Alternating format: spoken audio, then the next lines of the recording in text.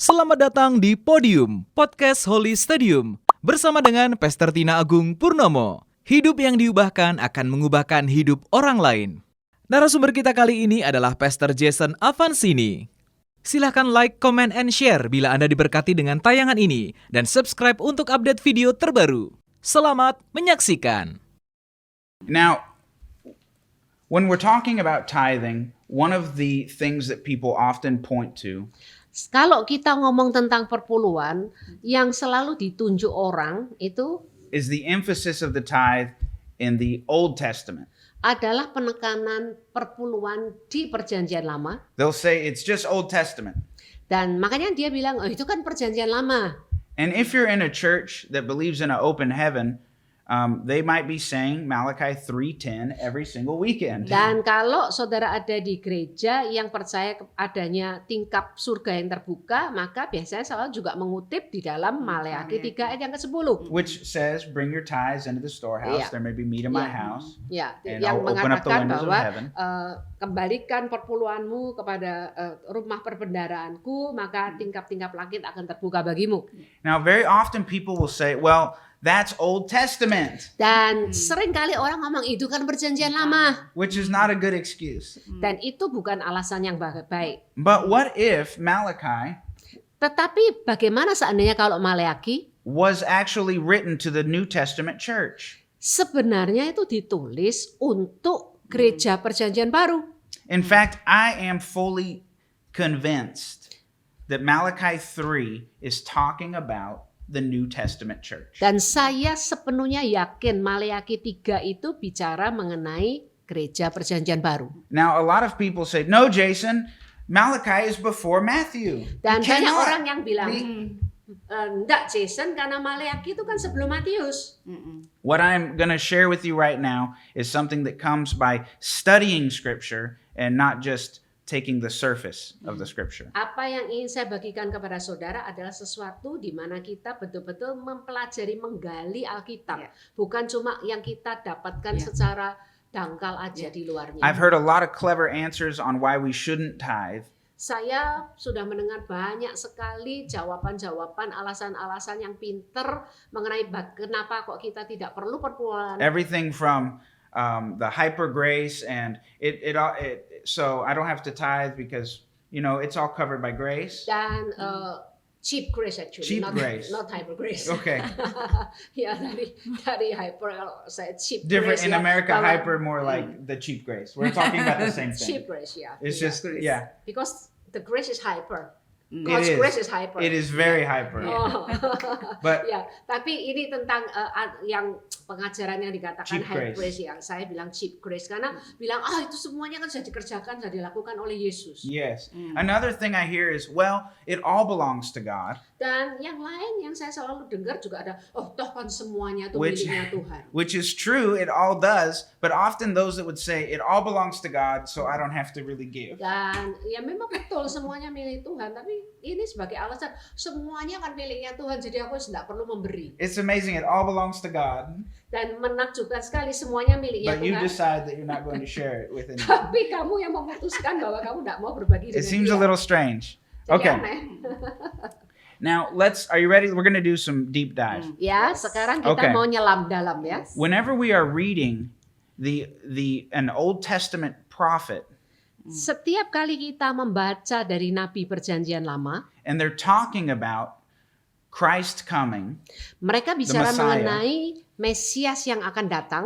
we have to look at it and decide, are they talking about the first coming or the second coming? Kita kan harus melihat dan betul-betul kemudian memutuskan apakah bicara mengenai kedatangan Yesus yang pertama atau kedatangan Yesus yang kedua. Right? Betul kan? So when Pastor Tina stands up in church and says, Jesus is coming soon, Dan kalau Pastor Tina berdiri di atas mimbar dan bilang, Yesus akan segera datang, we don't think, does she mean the first time or the second kita time? tidak lagi mikir, dia bicara mengenai kedatangan Yesus yang pertama atau yang kedua. We know it's the second time, Kita yakin pasti kedatangannya Yesus yang kedua. right? Betul kan? So as we're reading scripture, we need to look at, is this prophecy speaking about the first coming or the second Tapi coming. kalau dari Nabi Perjanjian Lama kan kita kemudian harus melihat betul-betul ini dia ngomong kedatangan Yesus yang pertama atau kedatangan Yesus yang kedua. Now remember, God gave you a spirit, He also gave you a mind.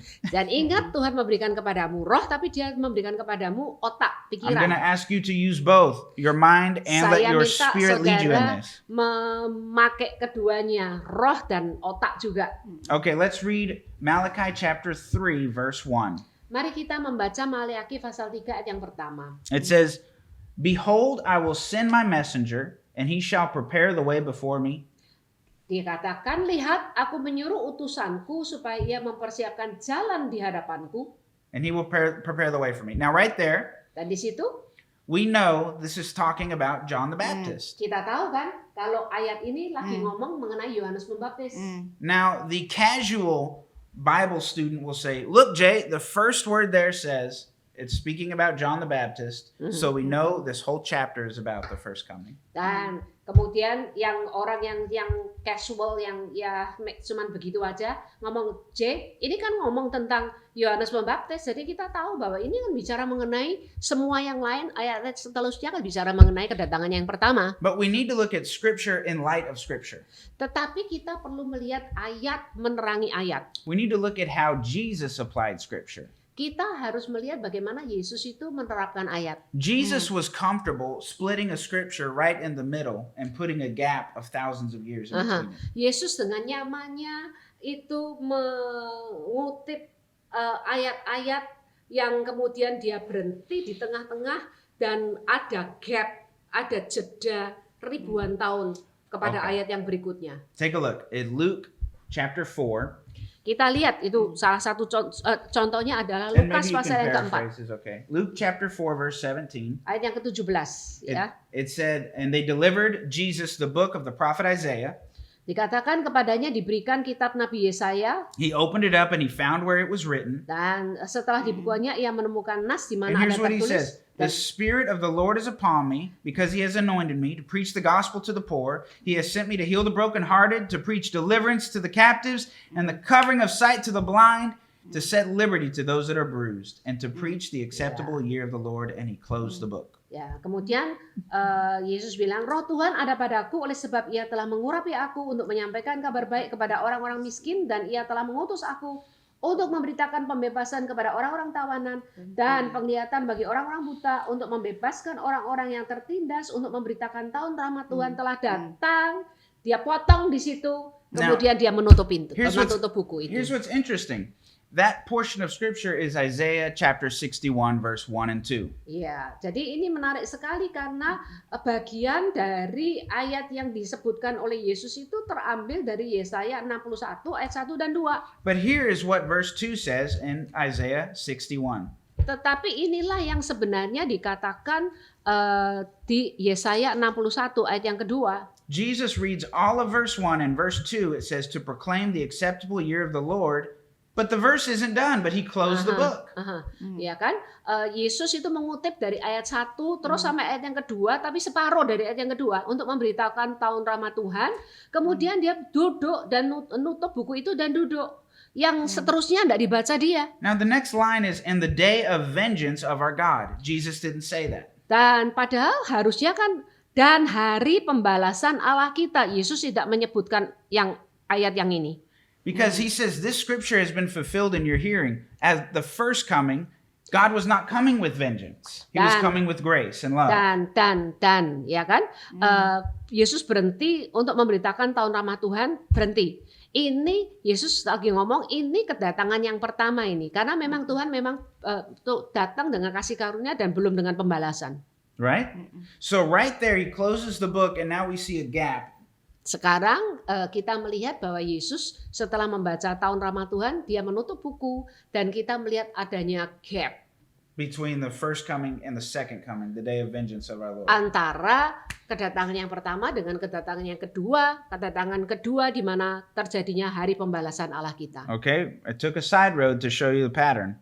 Okay? Dan saya melihat, mengajak saudara untuk melihat adanya pola lagi ini. Back to Malachi 3. Balik ke Maleakhi pasal 3. Behold, I will send my messenger, he will prepare the way before me. John the Baptist. Ya, lihat aku menyuruh utusanku supaya ia mempersiapkan jalan di hadapanku. Ini Yohanes Pembaptis. Now, as we read this, let's see if this is talking first coming or second coming. Dan kalau kita membaca ini, kita mesti harus mikir ini ngomong tentang kedatangan pertama atau kedatangan yang kedua. It says, "And the Lord whom ye seek shall suddenly come to his temple."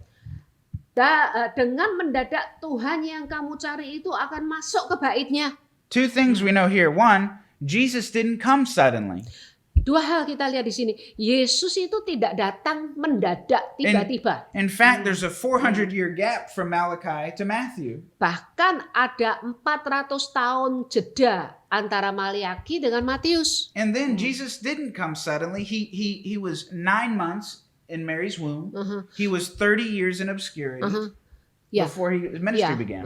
Yesus itu tidak datang mendadak karena dia 9 bulan ada di rahim Maria, kemudian 30 tahun dia ada di dalam persembunyian belum muncul, dan ya jadi And it said he will come to his temple. When he came the first time, he rejected that temple. He said, "You tear this down, I'll build it back in 3 days." dan dia katakan datang ke baitnya. Pada waktu dia datang yang pertama kali, dia bahkan menolak bait Allah itu. Dia bilang, kamu robohkan bait ini dan aku akan bangun lagi dalam 3 hari. But we know for the second coming that we are the temple of God. Tapi We are kita being tahu prepared. bahwa kedatangannya yang kedua, kita inilah bait Allah, You dan are. Allah datang untuk baitnya itu, kepada You baitnya. are the temple of the Holy Ghost. Saudara adalah bait Roh Kudus.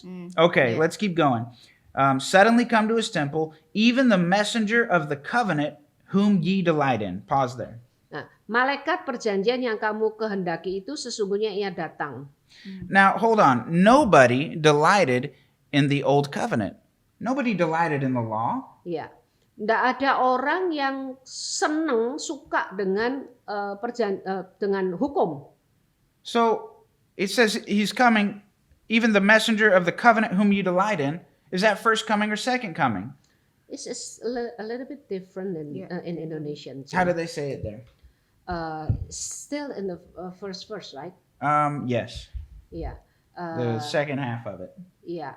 Malaikat perjanjian yang kamu kehendaki itu. Not delighted, but that you wanted. Say that Okay. you wanted. Okay, that still works Yeah. because the children of Israel did not want their law. That's why they would often rebel, marry other people, worship other gods. Malaikat perjanjian. So it's the angel of covenant. Tapi mungkin Which sih you bahasa delighted. Indonesia sehari-hari sih. Utusanku yang kamu rindukan itu akan datang dan mengumumkan perjanjianku. Oh, that's better. Ya. Okay, That's the Yeah. daily Okay, interpretation. are we seeing the heart of it? Is Iya, that ya. when it Mungkin comes to the diulangi covenant, lagi. Ya. Ya. Utusanku yang kamu rindukan itu akan datang dan mengumumkan perjanjianku. Okay, that's better. Okay, so this is a covenant. Now, the Old Testament, they had a covenant with God, Ya. and we Di have a new perjan- covenant with God. Dan di dalam perjanjian lama, orang-orang tuh memiliki covenant, ikrar janji dengan Allah, dan perjanjian baru kita memiliki perjanjian baru, covenant. The dengan old Allah. covenant, no one delighted in, no one Yeah, wanted it. yeah. It wasn't great. Ya, They hated di perjanjian lama enggak ada orang yang mau itu, enggak ada orang yang merindukan atau menyukai itu. They're worshiping other gods. They're not staying true because Karena they don't desire. mereka itu menyembah ilah-ilah lain, mereka enggak setia untuk terus dengan Allah. But we today have a covenant that we delight in. It's the blood of Tetapi Christ.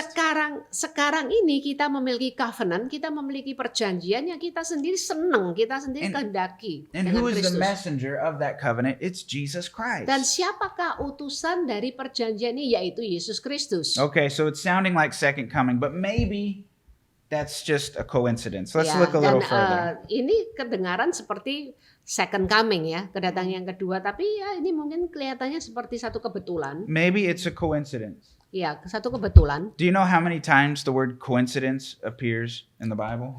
Saudara tahu berapa banyak kali kata kebetulan itu muncul di Alkitab? Zero. 0. There's no word coincidence even in the Yes. Hebrew language. Iya, Ya. tidak ada kata kebetulan bahkan di dalam bahasa Ibrani. But I understand there's a lot of theologians watching. Let's all learn together. Verse Dan 2. saya tahu banyak teolog yang nonton juga, jadi kita lanjutkan aja. Ayat yang kedua. But who may abide in the day of his coming? And who shall stand when he appeareth? Siapakah yang dapat tahan akan hari kedatangannya dan siapa yang dapat tetap berdiri apabila ia menampakkan diri? Who may abide in the day of his coming? Siapa yang bisa tahan pada hari kedatangannya? The first coming, anyone could abide in the day of that. Kedatangannya yang pertama, semua orang tahan.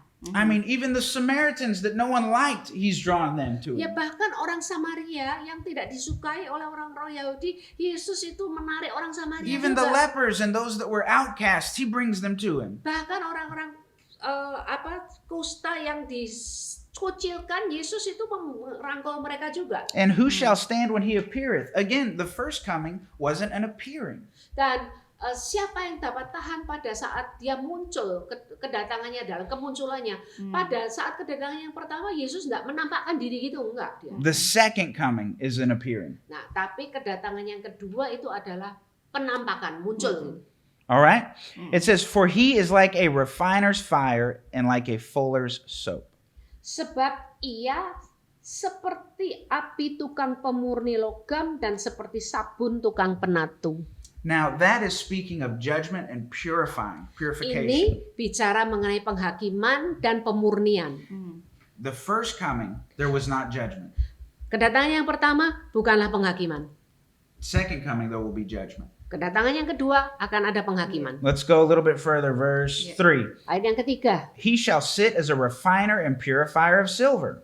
dia akan duduk seperti orang yang memurnikan dan mentahirkan perak. Again, this is judgment. Sekali lagi ini adalah penghakiman. And he shall purify the sons of Levi Dan ia mentahirkan orang Lewi, and purge them as silver or as gold and silver. Now we got to think about that. menyucikan mereka seperti emas dan perak. Kita mesti mikir mengenai hal ini. Now, sons of Levi.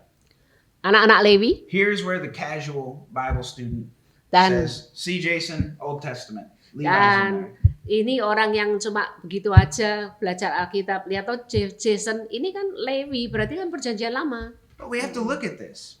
Tapi kita perlu melihat hal ini. We have an Old Testament prophet Kita memiliki nabi perjanjian lama who is having a second coming prophecy vision.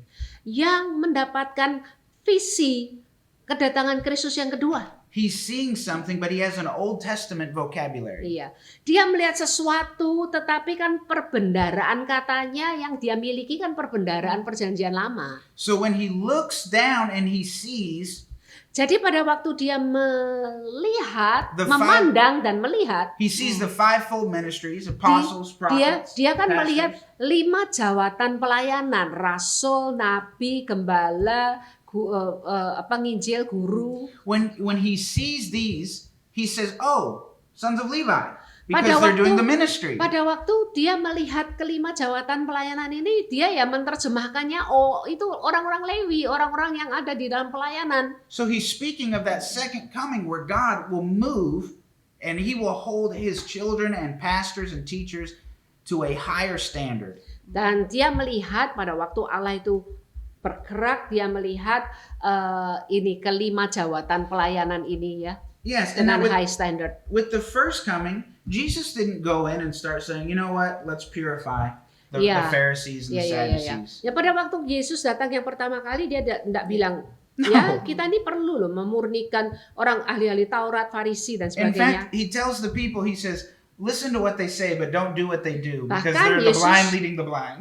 Yesus bahkan ngomong kepada orang-orang, dengarkan apa yang mereka katakan, dan tapi jangan tiru apa yang mereka lakukan, karena mereka itu orang buta yang nuntun orang buta. Right? Betul kan? So, we're seeing here again, first coming or second coming. Looks Jadi- like second coming. Kita lihat lagi di sini, kita harus menentukan ini kedatangan yang pertama atau kedua. Ini ngomong tentang kedatangan yang kedua nih. Let's look at verse 4. Ayat yang keempat.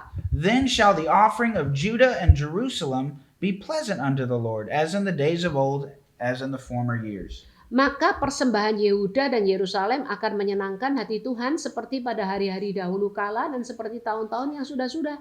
So, Jason, we have Judah and Jerusalem. Jason, ini ada Yehuda dan Yerusalem. Okay, now Jerusalem is easy to explain. We know in the New Testament there's a new Jerusalem. Dan Yerusalem kita gampang menjelaskan karena di perjanjian lama baru juga ada Yerusalem Having to do baru. We are with all the children of Abraham, all the children of Dan God. kita semua adalah anak-anak Abraham. But what about this, about the offering of Judah. Yehuda. Tapi sekarang bagaimana ini dengan persembahan Yehuda? Now, for someone to be in the tribe of Judah, they have to be born into it. Aha. Bagi seseorang untuk menjadi bagian dari Bani Yehuda, maka harus dilahirkan sebagai Bani Yehuda. You have to be born into it. We got to think about this. Ya, kita mesti mikir ini. Now, the first time that human reproduction took place was the first time, and it was the natural way that it should be done. The first time, you mean Adam or with Well, Eve? let's look at it like this. Natural childbirth that we call it today, Ya, if you ask any woman, it's not natural. ya, ya. When you say Iya it kan? like that, yeah? Nggak masuk. Oke. Jadi untuk kelahiran, ya kan, yang secara normal itu kan memang dilahirkan oleh seorang wanita yang bersalin secara natural, yang sebetulnya ya nggak terlalu natural ya. It's called natural, but most people will tell you it doesn't feel very natural. Iya, rasanya tidak natural memang. Right? Now, for something to be natural, it has to be like it was the very first time it happened. Oke. Jadi untuk sesuatu yang natural itu harus sama seperti yang pertama kalinya betul-betul terjadi. The first time human reproduction took place, Ya, jadi pertama yang perdana kelahiran umat manusia itu terjadi it was the man that brought forth. adalah dilahirkan oleh seorang pria. Adam is put to sleep in the garden. Adam is put to Di sleep. Taman Eden, Adam itu ditidurkan, And out of his side, a rib is taken. kemudian di sampingnya rusuk itu diambil, And Eve is formed, his bride. dan Hawa dibentuk mempelainya. Now, after sin entered the garden, they get kicked out. Setelah dosa masuk ke Taman Eden, mereka ditendang keluar. From that day forward, women were having children. Sejak dari itu, wanita yang melahirkan. But Jesus is called the last Adam. Tetapi Yesus disebut Adam terakhir. And Jesus is born of the tribe of Judah. Dan Yesus itu dilahirkan sebagai Bani Yehuda. So if we are born again in Christ, we are now of the tribe of Judah. Jadi kalau kita dilahirkan kembali di dalam Kristus, maka suku kita adalah suku Yehuda. On the cross, Di kayu salib, when he was dying for our sins, pada waktu Yesus mati karena dosa-dosa kita, a soldier comes up and stabs Jesus in the side. prajurit itu datang menikam Yesus di lambungnya, di sisinya. Out of his side comes blood and water. Dan dari sisinya itu keluarlah darah dan air. Blood and water is what comes out when a child is Yes. being born. Sama seperti darah dan airlah yang akan keluar kalau seorang bayi dilahirkan. Just like out of Adam's side came his bride, Sama seperti dari sisinya Adam keluarlah mempelainya Hawa. out of the side of Jesus came his bride. Keluar dari sisi Yesus, keluarlah mempelai Yesus, mempelai Kristus. And when me and you, when we receive Christ, when we are born again, Pada waktu kita menerima Kristus, pada waktu kita dilahirkan kembali, we are now of that tribe of Judah. kita sekarang ini adalah suku Yehuda. Now again, does that make Yeah. sense? Makes sense, very But much. for the casual, this is Old Testament. Ya, tapi bagi orang yang dangkal ya, ini ngomong cuman perjanjian lama ini. Oh my goodness. Thank you, Jesus, for dying for us. Terima kasih Yesus karena sudah mati bagi kami. What a powerful thing has taken place. Hal yang luar biasa, penuh kuasa terjadi. Okay, let's keep looking here. Verse 5. Maybe it stops and we go to Old Testament right here on verse 5. Maybe. Ya, mungkin kita berhenti. Ini perjanjian lama. Mungkin ayat 5 nih ya. I will come near to you in judgment, and I will be a swift witness against the sorcerer, against the adulterer, and the false swearers, and those who oppress the hireling of his wages, and the widow and the fatherless. And I will. So he's coming talking about judgment. Aku akan mendekati kamu untuk menghakimi dan akan segera menjadi saksi terhadap tukang-tukang sihir, tukang-tukang berzina, orang-orang berzina dan orang-orang yang bersumpah dusta dan terhadap orang-orang yang menindas orang upahan, janda dan anak piatu dan yang mendesak ke samping orang asing dengan tidak takut kepadaku, firman Tuhan semesta alam. Oh, ini ngomong tentang Judgment. This Judgment is lagi, penghakiman. clearly the second coming. Ini jelas banget ngomong tentang kedatangan kedua. It even mentions adulterers. Bahkan disebut pejinah ini. And Jesus went down and the woman who was caught in adultery, he knelt beside her. Dan Yesus itu bahkan pada saat dikasih wanita yang kedapatan berzina, Yesus itu bertelut di samping dia. He didn't take the stone and say it's time for judgment. No. Yesus nggak ngambil batu dan melemparkannya dan bilang ini sekarang waktu penghakiman. He Enggak. said you're forgiven, go and sin no more. Yesus bilang kamu diampuni, pergilah dan jangan berbuat dosa lagi. So this is clearly talking about second coming. This is Jadi, talking about New jelas Testament saints. sekarang ini bicara mengenai kedatangan yang kedua. Ini sedang ngomong mengenai orang kudus perjanjian baru. Now, if God's going to say anything about money, Kalau Tuhan mau ngomong sesuatu mengenai uang, maybe before he talks about money, he should tell us, but I'm subject to changing my mind. Right? dan sebelum dia ngomong tentang uang, mungkin dia perlu ngomong gini, ini loh aku beralih topik ini. Right? Maybe he'll put something in here and say, but I often change my mind. Now let's talk about tithing. Nah, ya aku berubah pikiran nih. Sekarang ayo kita ngomong mengenai perpuluhan. Let's look at verse 6. Kan enggak gitu. Ayat yang ke-6. For I am the Lord, I change not.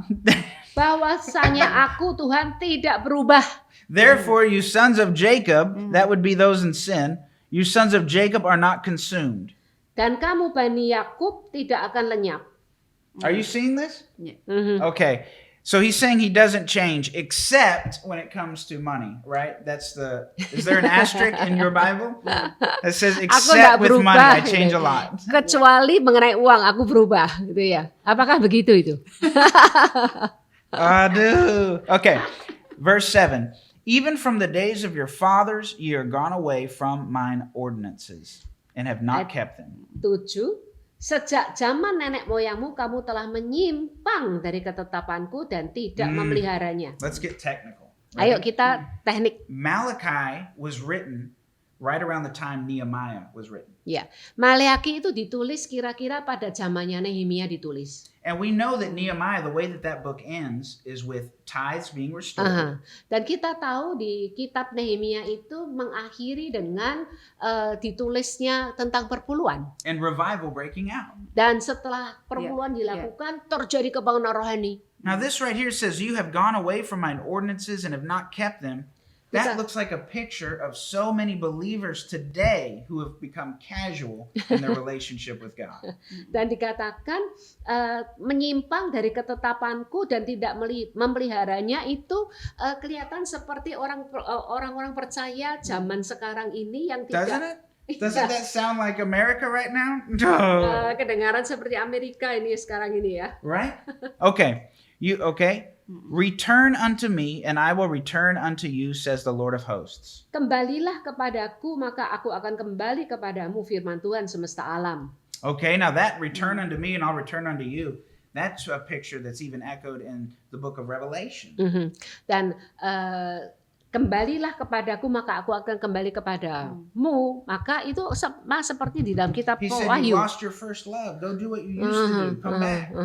Dan dikatakan bahwa kamu sudah kehilangan kasih mula-mula. Ayo balik, lakukan lagi seperti apa yang sudah biasa kamu lakukan. So return unto me and I'll return unto you. Kembalilah kepadaku, maka aku akan kembali kepadamu. And they say, how are we going to return? Dan mereka bilang, gimana caranya? Aku kembali kepadamu. Now I know what he's going to say. Dan aku tahu apa yang akan kamu katakan. God is going to say you need to do an Esther fast. Yeah? Dan harus melakukan puasa. You need to do the Daniel fast. Puasa Esther, puasa Daniel. You need to do 24-hour worship service. Dan harus worship service 24 jam. Right? Betul? No, No. that's not what it says. All those things are good, Bukan itu yang dikatakan, walaupun semuanya itu baik. but Yeah. God, for some reason, says in verse 8, will a man rob God, yet you have robbed me? Tapi untuk satu alasan Tuhan tuh ngomong begini, bolehkah manusia menipu Allah, namun kamu menipu aku, merampok aku dalam bahasa Inggris. Wherein have we robbed you? Dengan cara bagaimana kami merampok engkau In tithes and offerings. mengenai persembahan persepuluhan dan persembahan khusus. Wow, it's uncomfortable, isn't it? Nggak nyaman kan? Why didn't God say something else? Why does he have to talk about money immediately? Dan kenapa kok Tuhan itu ngomong segera ngomong mengenai uang? The reason that God talks about money so much Alasan kenapa kok Tuhan itu banyak ngomong mengenai uang? is because your money is your life. Oleh karena uang saudara adalah hidup saudara. When you lay down your life for your job for 40 hours, 50 hours a week, Kalau saudara mau menyerahkan hidupmu untuk pekerjaan saudara 40 jam dalam seminggu, you lay down your life in your physical form saudara memberikan hidupmu di dalam bentuk fisikal, in exchange for your life in a monetary form. itu untuk mempertukarkan dengan hidupmu tapi dalam bentuk uang kan? Hidupmu dalam bentuk waktu ditukarkan dan pekerjaan ditukarkan dengan hidupmu dalam bentuk uang. Your money represents your life. Karena uang saudara itu mewakili hidupmu kan? Now someone said, well, I'm just rich, I was born rich. So Dan ada yang bilang, ya aku kaya, memang aku dilahirkan somebody kaya. somewhere laid down their life to create and generate that finance. Ada orang di satu tempat atau di mana yang memberikan hidupnya untuk menghasilkan uang atau kekayaan itu. This is why God cares about our finances. Inilah alasan kenapa kok Allah itu mempedulikan keuangan kita. Because where your treasure is where your heart will Karena be. di mana hartamu berada, di situ hatimu berada. Listen, this is why the devil hates this message. Inilah alasan kenapa iblis benci message ini. The devil is not just trying to keep you poor. It's not about that. He's trying to limit your heart with God. Dan iblis itu tidak mencoba untuk membuat kamu tetap miskin, tidak itulah. Tetapi dia mencoba untuk membatasi hatimu dengan Allah, terhadap Allah. Where your treasure is, that's where your heart is. Karena di mana hartamu berada, di situ hatimu berada. So if the enemy can create controversy about every single offering, Karena itu kalau musuh itu bisa menciptakan kontroversi apapun juga mengenai persembahan he ini, can keep your treasure out of the kingdom dia tetap bisa membuat hartamu itu di luar kerajaan, and limit your heart of intimacy with God. sehingga membatasi hati keintimanmu dengan Allah. Can I take it a little Amin. further? Yes. Watch this. Perhatikan ini. Everything hinges on the offering. Segala sesuatu yang menghambat dalam persembahan ini. In Luke chapter 16 verse 11, Lukas 16 ayat yang ke-11. it says, if you are untrustworthy with worldly wealth, Dikatakan kalau kamu saja tidak bisa dipercayai dengan harta orang lain atau dengan harta dunia ini, how can you be trusted with the true riches of heaven? bagaimana mungkin kamu bisa dipercayakan dengan kekayaan surgawi yang sejati? See, tithes and offerings, money, Persembahan dan perpuluhan uang itu, it is God's management training program. ini merupakan program pelatihan manajemen. Yeah, God's saying if you can't handle pieces of paper with presidents on them, how can you handle the true riches of heaven? Kalau kamu sendiri tidak bisa menangani secari kertas dengan gambar presiden di atasnya, bagaimana kamu bisa menangani kekayaan surgawi? Now watch this. God Perhatikan knows ini. the Bible. Allah mengenal Alkitab. You hopefully know the Bible. Harapannya engkau mengenal Alkitab, But the enemy knows the Bible too. tapi musuh juga kenal Alkitab. The enemy knows Musuh tahu that if every time it's offering time, karena setiap kali persembahan itu diberikan, that you have the great idea that, oh, this is old, I don't need to do this. dan saudara punya pemikiran, oh ya sudahlah, aku nggak perlu lakukan ini. The enemy knows if you'll compromise at offering time, you will be a contained Christian. Dan if you compromise again, If you compromise at offering time, dan kalau saat waktu persembahan ini engkau berkompromi, you will be mengkompromikannya gitu ya. a Christian that is contained. Ya, kamu akan menjadi orang Kristen yang terbatas, yang terbatas lah. It's like having a leash on you, like you see the dog when they'll put the stake in the ground, and it can only go so far. Ya. Jadi orang Kristen yang terbatas, yang seperti anjing yang dirantai, dan dia hanya bisa pergi sejauh rantai itu membawa. Right? Betul. You're contained because you're not going to be trusted with the true riches Ya, if you kan can't even get karena past money. terbatas karena tidak bisa dipercayai dengan kekayaan yang sejati. One more. 1 Corinthians chapter 4 says, 1 Korintus pasal 4 mengatakan, ayat 1, it says that this is how we should be regarded. dan beginilah kita harusnya diperhitungkan, dianggap. As ministers of Christ and stewards of the mysteries of God. Sebagai pelayan-pelayan Kristus mysteries. dan sebagai pengelola rahasia Allah. It doesn't say stewards of the money of God. Tidak dikatakan bahwa sebagai pengelola keuangannya Allah. See, stewarding the money is the bare minimum. God wants to trust you with the mysteries of heaven. Karena mengelola keuangan itu yang paling minim, itu yang paling rendah. Karena sebenarnya Allah ingin mempercayakan kepada Anda rahasia, misteri dari Allah. Luar biasa? Oh iya. Okay. Your finances is it's not raising money. It has everything to do for the church. It has everything to do with you personally. Jadi uang itu bukan cuma sekedar untuk gereja atau apa, tetapi itu justru pengelolaan keuangan itu ya. Itu tujuannya justru untuk Anda secara pribadi. All right, we have to go back. You ready? We'll go a little bit further. Lebih jauh lagi kita. Okay. You have robbed me. Where have you robbed me? Verse 8, and tithes and offerings. Ayat yang ke-8 ya. Merampok mengenai persembahan perseperluan dan persembahan khusus. Verse 9. You are cursed with a curse. You have robbed me, even this whole nation.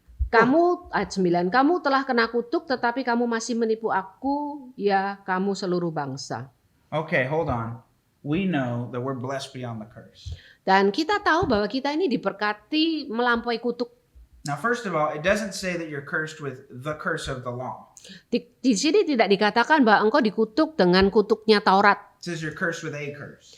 Dikatakan cuma engkau dikutuk dengan satu kutukan. But we say, Jason, there's no cursing in the New Testament. We're free from that. Tapi engkau bilang, Jason, di dalam perjanjian baru tidak ada We go to kutuk. church. Yeah. Kita pergi ke gereja. Okay, I guess someone needs to get on the phone and try and call Ananias and Sapphira.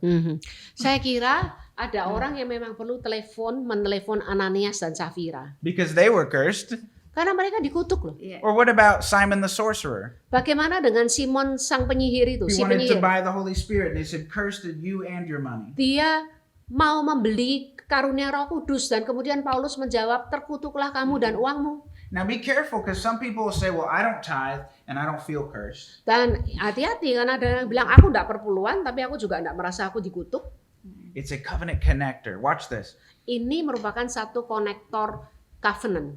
This, do you have your HP? Okay. Outside. This is a iPad. Okay. Ini iPad. The iPad, if it's plugged in, it will charge up. Ya, kalau di plug in pasti kan di charge. As long as it's plugged in, it's alive. Selama ada di plug in ya, maka hidup toh. Now, as soon as it's unplugged, Segera setelah tidak di plug, it starts dying. mulai mati kan? Right now, I can still play on the laptop. I can still do my notes, my Bible. Sekarang kan aku masih tetap bisa kerja dengan ini, But make no mistake, it's dying right now.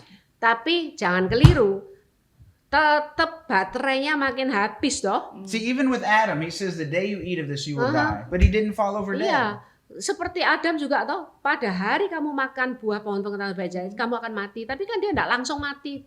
But he was Jatuh mati. disconnected from his source. Tapi dia kan hubungannya dengan sumber kehidupan kan sudah terputus. Now, again, some people say, Jason, I don't want to tithe. That's my business. I said, that's fine. You don't have to. I'm just trying to teach the Bible. Iya, dan Jason aku tidak perlu perpuluhan, ya tidak apa-apa lah. Itu terserah Anda. Saya cuma mencoba untuk menjabarkan Alkitab ini aja. Okay, verse 10. Ayat yang ke-10. Bring all the tithes into the storehouse, and there may be meat in my house. Prove me now herewith, says the Lord of hosts. Hold on. Bawalah seluruh persembahan persepuluhan itu ke dalam rumah perbendaharaan supaya ada persediaan makanan di rumahku dan ujilah aku. Tunggu dulu. This whole chapter has been about the second coming. Seluruh pasal ini ternyata bicara mengenai kedatangan Kristus yang kedua. What is being said right here is being said to the New Testament church. Apa yang dikatakan di sini ternyata itu diucapkan untuk gereja perjanjian baru. He says we still need to be bringing our substance into the storehouse. Kita tetap perlu membawa barang-barang kita ke rumah He perbendaharaan. says, I will open up the windows of heaven and pour you out a blessing that there shall not be room enough to receive it. Apakah aku tidak akan membukakan bagimu tingkap-tingkap langit dan mencurahkan berkat kepadamu sampai berkelimpahan? Are you seeing this? I will rebuke the devourer for your sakes. Aku akan menghardik bagimu belalang pelahap. You will not destroy the fruits of the ground, neither shall your vine cast off her fruit before its time in the field, says the Lord of hosts. Supaya jangan dihabisinya hasil tanahmu dan supaya jangan pohon anggur di padang tidak berbuah bagimu, firman Tuhan semesta alam. You will be, and all nations shall call you blessed. Maka segala bangsa akan menyebut kamu berbahagia, You will- diberkati. This is speaking about us. Ini bicara mengenai kita. Ya. Okay, verse 13. I'll go a little bit further. I'll just read out the rest of this. Ya, Verse 13. Ayat 13. Your words have been stout against me, says the Lord. Bicaramu kurang ajar tentang aku, firman Tuhan. And they say, what have we said? What have we spoken so much against you? Tetapi kamu berkata, apakah kami bicarakan di antara kami tentang engkau? You have said it is vain to serve God, and what profit is it to keep his ordinances? Kamu berkata adalah sia-sia beribadah kepada Allah. Apakah untungnya kita memelihara apa yang harus dilakukan terhadapnya? I've heard ministers say, well, what's the point of it? Dan saya What's the mendengar, point of doing these offerings, of having any kind of benefit in your life? It doesn't matter. saya mendengar pembicara juga ngomong, apa sih untungnya untuk melakukan ini? Gitu ya. Verse 15. And now we call the proud happy, yea, the work, and they that work wickedness are set up, yea, they that tempt God are even delivered. Ayat 15, oleh sebab itu kita ini menyebut berbahagia orang-orang yang gegabah. Then, Bahkan Sorry. bukan saja mujur orang-orang yang berbuat fasik itu, tetapi dengan mencobai Allah pun mereka luput juga. look at this. Then they that feared the Lord spake often one to another, and the Lord hearkened and heard it. Nah, beginilah berbicara satu sama lain orang-orang yang takut akan Tuhan. Tuhan memperhatikan dan mendengarnya. He says, I want you to return to me Dia bilang, aku ingin kamu kembali in your kepadaku finances. dan keuanganmu. I want you to return to me with your mouth. Aku ingin kamu kembali kepadaku dengan mulutmu. And then it says, and a book of remembrance was written before him for them that feared the Lord and sought upon his name. Dan kemudian dikatakan sebuah kitab peringatan ditulis di hadapannya bagi orang-orang yang takut akan Tuhan dan bagi orang-orang yang menghormati namanya. And they shall be mine, says the Lord of hosts. In that day I make up my jewels, I will spare them, as a man spareth his own son that serveth him. Mereka akan menjadi milik kesayanganku sendiri, firman Tuhan semesta alam. Pada hari yang kusiapkan, aku akan mengasihi mereka sama seperti seorang menyayangi anaknya yang melayani dia. First coming or second coming? Second coming. Ini yang kedatangan yang pertama atau yang kedua? Kedatangan yang kedua kan? 18. Then shall ye return. So how are we going to return? Dan then shall ye return. Dan kamu akan kembali. Jadi bagaimana caranya kita kembali? It has everything to do with our life and everything to do with our offering. Itu ada hubungannya yang erat dengan hidup kita dan dengan persembahan kita. And all right, then you shall return and discern between the righteous and the wicked, between him that serves God and him that does not. Maka kamu akan melihat kembali perbedaan antara orang benar dan orang fasik, antara orang yang beribadah kepada Allah dan orang yang tidak beribadah kepadanya. That right there, Dan di situ an honest reading of this by the guidance of the Holy Spirit, dan satu penelaahan yang jujur dengan tuntunan dari Roh Kudus puts Malachi 3:10 in the middle of the New Testament age. dan ditaruh Maleaki ini di antara perjanjian lama dan Yeah, zaman perjanjian in the baru, middle of the church age. di tengah-tengah zaman gereja. Now I know it's uncomfortable, Saya tahu ini tidak nyaman, but Scripture is not supposed to always make you comfortable. tetapi memang kitab suci tidak The Holy selalu Spirit is maunya supposed to- membuat kamu selalu merasa nyaman. The Holy Spirit's supposed to make you comfortable. Roh Kudus yang harusnya menjadikan Anda nyaman. So are you beginning to see this now? Apakah kita mulai melihat ini sekarang? If someone says I don't want to tithe, Kalau ada yang bilang aku tidak mau perpuluhan, I don't fight with them. saya tidak mau bertengkar dengan orang itu. Because an open heaven is an individual experience. Karena tingkap surga yang terbuka itu pengalaman pribadi. Yeah, I can be under an open heaven and someone else not. That's Saya bisa ada di bawah surga terbuka dan orang lain tidak. But if I'm in a church, I want to be in a church that is full of open heaven people. Tetapi kalau saya bergabung dengan satu gereja, saya maunya bergabung dengan gereja yang memiliki tingkap surga terbuka. Now remember, we trust God with our spirit We trust Him with our body. Ingat, kita harus mempercayai Tuhan dengan roh kita, dengan tubuh kita. Why don't we trust Him with our money? Kenapa enggak kita mempercayai Tuhan juga dengan pikiran kita? Amen. Amin. Okay. It's very, very. That's quite a bit. Wow. Wah, ini Luar so a great explanation. Ya. Ya. Praise God. Jadi Penjelasan. sekarang kita bisa melihat ya, bukan hanya mendengarkan dari orang bahwa perpuluhan itu adalah perjanjian lama. Sekarang kita melihat bahwa Maleaki yang seringkali disebutkan tentang perpuluhan itu bukan perjanjian lama. Itu berbicara kepada umat yang menantikan kedatangan Tuhan yang kedua. Jadi saudara mungkin ulangi lagi, dengarkan lagi berulang-ulang sehingga saudara mengerti kebenaran ini. Karena kebenaran ini tidak bisa dikunyah dengan satu kali, tapi mesti dikunyah beberapa kali sampai nanti saudara bisa ngerti betul. Punya pengertian yang benar tentang perpuluhan. Ternyata Maleaki itu bukan perjanjian lama. Itu untuk umat yang menantikan kedatangan Tuhan yang kedua kali. Tuhan Yesus memberkati. Terima kasih Jason, terima Terima kasih kasih banyak. Jenny. Tuhan Yesus memberkati. Thank you. Tuhan berkati. Bye. Bye. Anda telah menyaksikan Podium Podcast Holy Stadium bersama Pastor Tina Agung Purnomo. Hidup yang diubahkan akan mengubahkan hidup orang lain. Silahkan like, comment, and share bila Anda diberkati dengan tayangan ini. Dan subscribe untuk update video terbaru. Sampai jumpa di podium selanjutnya.